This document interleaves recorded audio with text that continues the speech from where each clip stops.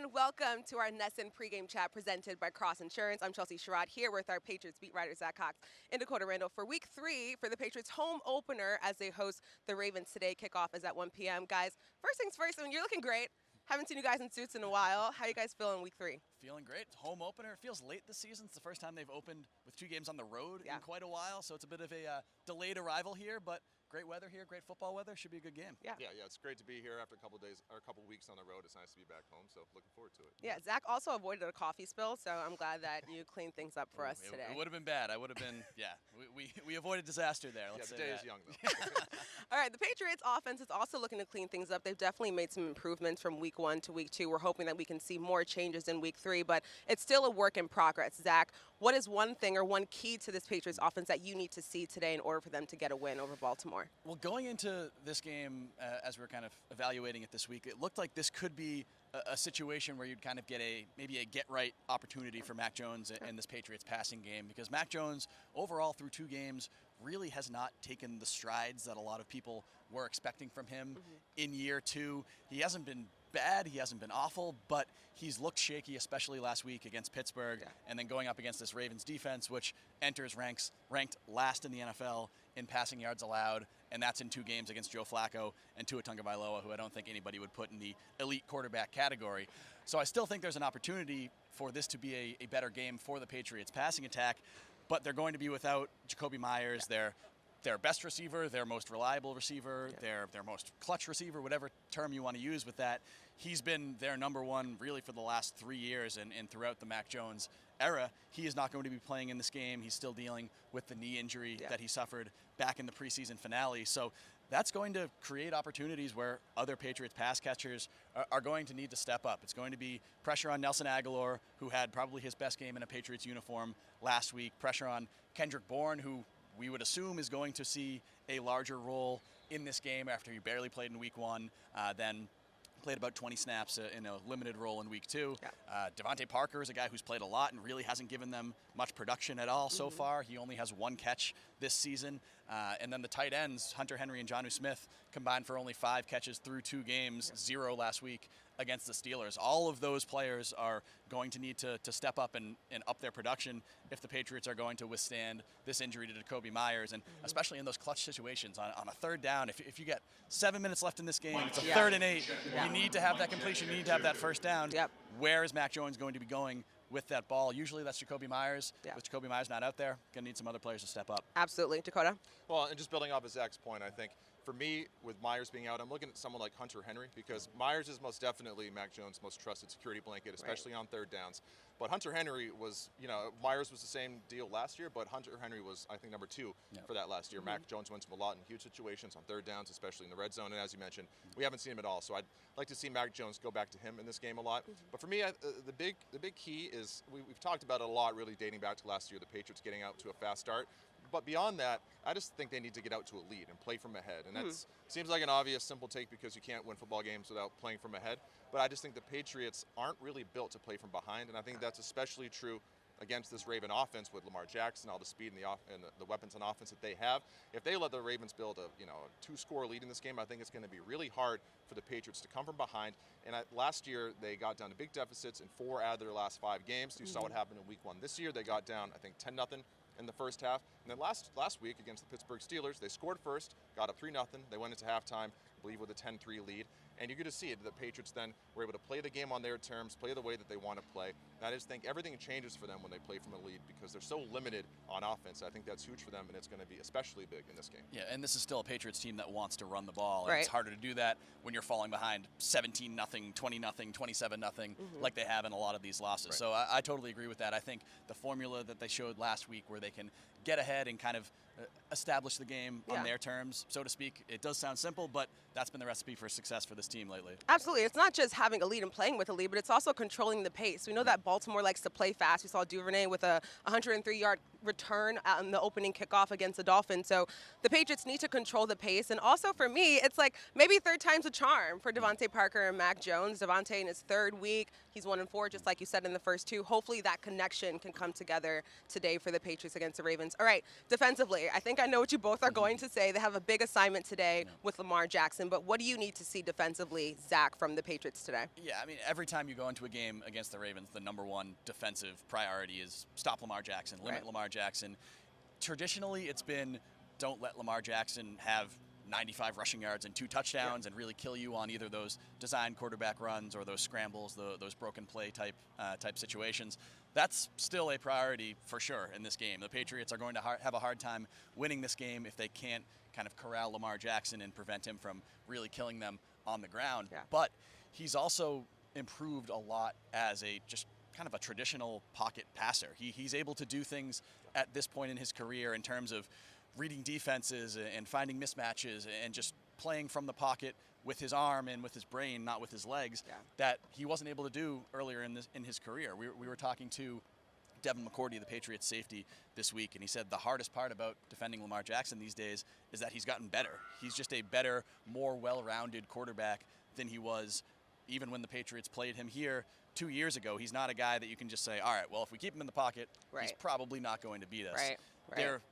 That still has to be a priority. Again, you can't let him kind of just go sprinting down the field. I think a player like Kyle Duggar is going to have an important role in that. But also, it's going to be a big task for these Patriots cornerbacks, this Patriots secondary in general, because overall, this Ravens skill position group outside of Jackson, I wouldn't say is elite.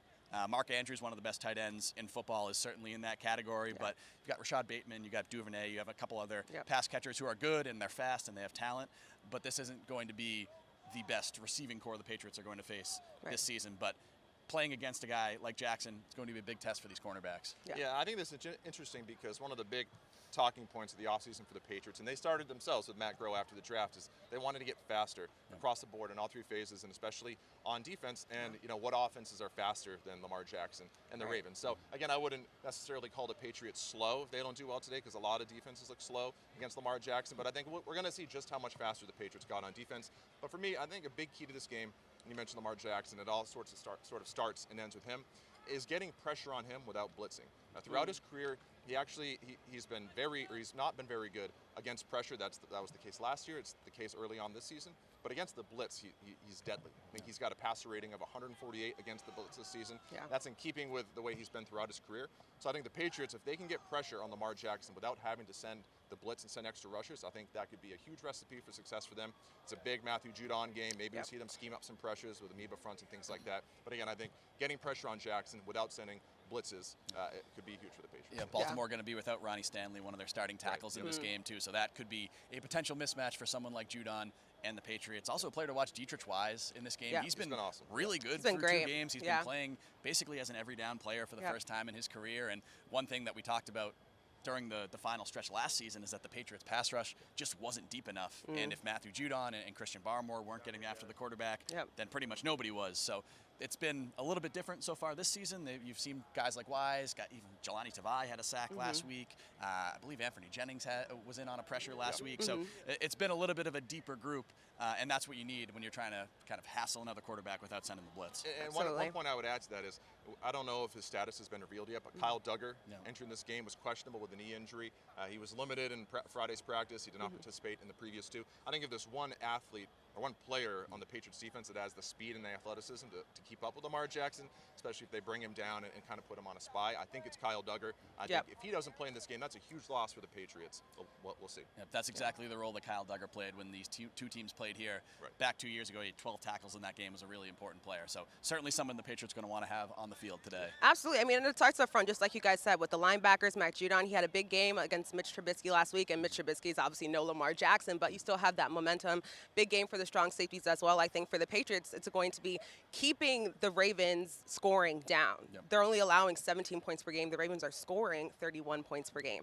So I think for the Patriots, if they want to win, that they've got to prevent them from scoring. The Patriots under Mac Jones have not proven that they can win a shootout of a game. I believe it was Mike Giardi over at NFL Network this week had the stat. The Patriots are 0-5 with Mac Jones at quarterback when they allow more than 25 points. We have yet to see a 38-35 win for the Patriots when Mac Jones is at quarterback. Maybe that will come eventually, but that definitely speaks to your point of keeping that point total down. Yeah, and one other point to add, and I don't want to spend too long on special teams, but I do think in a game like this, the Patriots haven't been blowing out a lot of teams since Tom Brady left, so it could be close if they're going to win this game.